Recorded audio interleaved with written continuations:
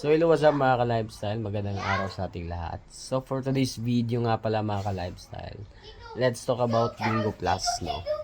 Kasi madalas lumalabas sa feeds ko itong si Bingo Plus. Maraming mga complaints like for example, always talo, and then hindi daw pumapasok yung panalo, and then yung mga spin madalas piso lang yung napapanalunan, no? So let me remind you once again mga ka-lifestyle, etong si Bingo Plus, kahit nasa loob to ni GCash, yeah, of course, legit po siya when it comes sa pagwi-withdraw, no? Mawi-withdraw mo talaga every time na pag nananalo ka talaga. So again, si Bingo Plus, yung pinaka main game talaga nito is bingo, no? So marami akong mga nababasang mga negative comment about sa Bingo Plus, ano. Kasi meron akong isang napanood na video sa YouTube which is talaga namang hindi pumasok daw yung panalo niya, no? Di ko alam kung legit pa talaga na nagsasabi siya ng totoo or hindi, or sinisiraan niya lang si Bingo Plus. Again, ako against po talaga ako sa ganitong klaseng mga gambling, no? And although nasa loob siya ng GCash, masasabi naman natin na legit when it comes sa withdrawal, no? Mawi-withdraw mo talaga pag nanalo ka. So, pero let me remind you once again mga ka-lifestyle, no? Etong si Bingo Plus, malaking sugal pa rin po to. Whether you like it or not, matatalo ka po dito, no? So pag-isipan nyo ng mabuti if magsusugal kayo or hindi. As much as possible, wag na lang po. Kasi think this, no? Pabor po talaga ng sobra sa mga nasa likod ng Bingo Plus. What I mean is, of course, yung nag-program nito, yung gumawa nito, through computer, of course, pabor po talaga sa kanila. So whether you like it or not, 20% chances na mananalo ka dito, yung 80% sa kanila, no? Again, hindi 50-50, no? Talo ka po talaga sa ganitong klaseng mga laro. Pag computer po yung gumawa, of course, pabor po talaga sa nag-program, sa may-ari, no?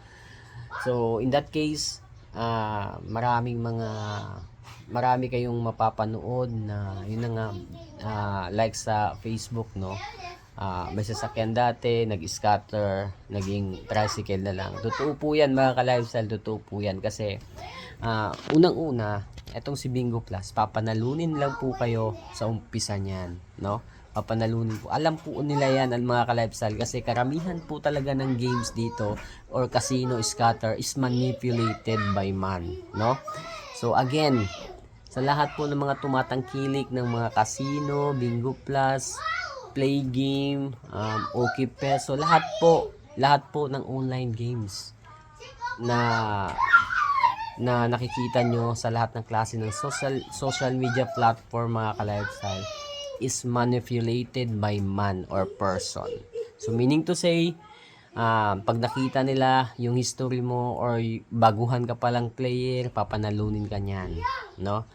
Papanalunin ka lang ng saglit or ilang days, pero babawiin din nila yan, ano? So again, wala pong yumayaman sa sugal, no? So ako sa inyo, iwasan nyo yung pagsusugal na pinopromote ng mga bugok ng mga content creator, no? Talaga namang ako dati, amin ko, nagkamali talaga ako dati, no? Kasi may pinromote ako, na pinromote ko rin tong si Bingo Plus, and then si Online Sabong, no? Kasi pag promote ko nun, of course, binayaran po tayo. So hindi ko naman akalain na meron pala tong mga bad history, no? Bad background, no, when it comes sa pagsusugal, no? Kasi marami na pong mga pamilyang naapektuhan, no? Actually, hindi ko sana to gagawin tong video na to. Kaso napunta ako sa isang YouTube channel, then sa Facebook, sa isang Facebook na talaga namang inamin niya na nalulung talaga siya sa Bingo Plus. Again, nasa sa inyo yan if paano nyo i-control yung sarili nyo. Ang akin lang, again, yung mga nakikita nyo mga casino games, scatter, manipulated by person po yan, no? Hindi po kayo mananalo dyan mga ka-lifestyle.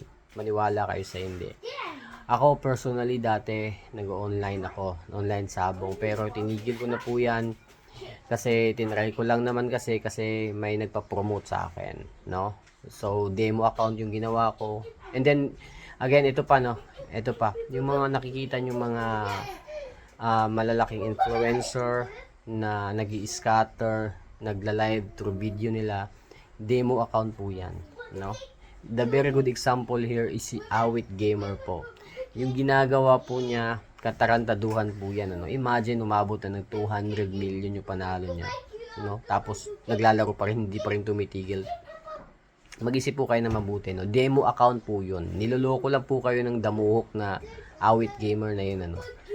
Niloloko lang po kayo yun. Hindi na, yung demo account lang po yun. Hindi niya po makukuha, hindi niya po mawi-withdraw yung panalo niya doon. Bayad po siya sa pamamagitan ng pagpo-promote, pagla-live, no? In that way.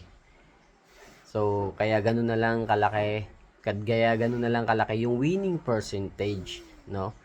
Ng paglalaro niya sa scatter. Malaki talaga yung winning percentage kasi demo account lang. Again, lahat po ng mga nakikita nyo, napapanood yung mga videos na naglalaro live ng mga scatter, kung ano ba yung mga games na yan, fortune games, lahat-lahat is demo account po yan. I mean demo account, no?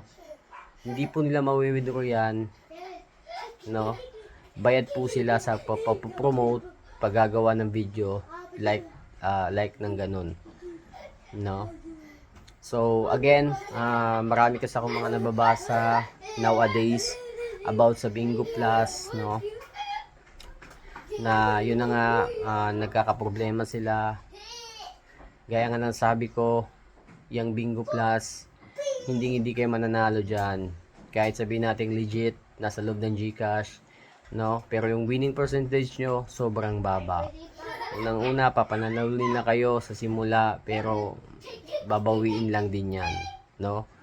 So, again, pag-isipan nyo na mabuti. Huwag kayo basta-bastang magkakasino, mag-scatter. Kasi hindi, ilululong na kayo niyan. Ilulubog kayo, lalo sa utang. Maniwala kayo sa hindi, no? Marami akong mga kilala, mga friends, no, na talaga namang utang dito, utang doon, kaliwat kanan, no, para lamang makapag-scatter, no. Ako hindi talaga ako nag-scatter mga ka-lifestyle.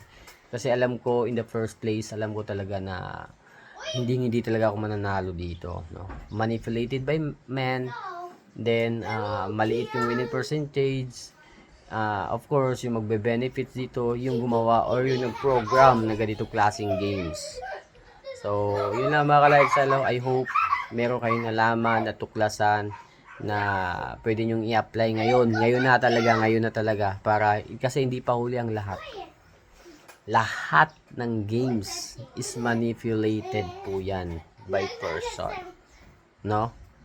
Huwag po kayo basta-bastang magtitiwala sa mga link na nakukuha nyo o binibigay sa inyo. No? So, yun lang mga ka-lifestyle. Peace.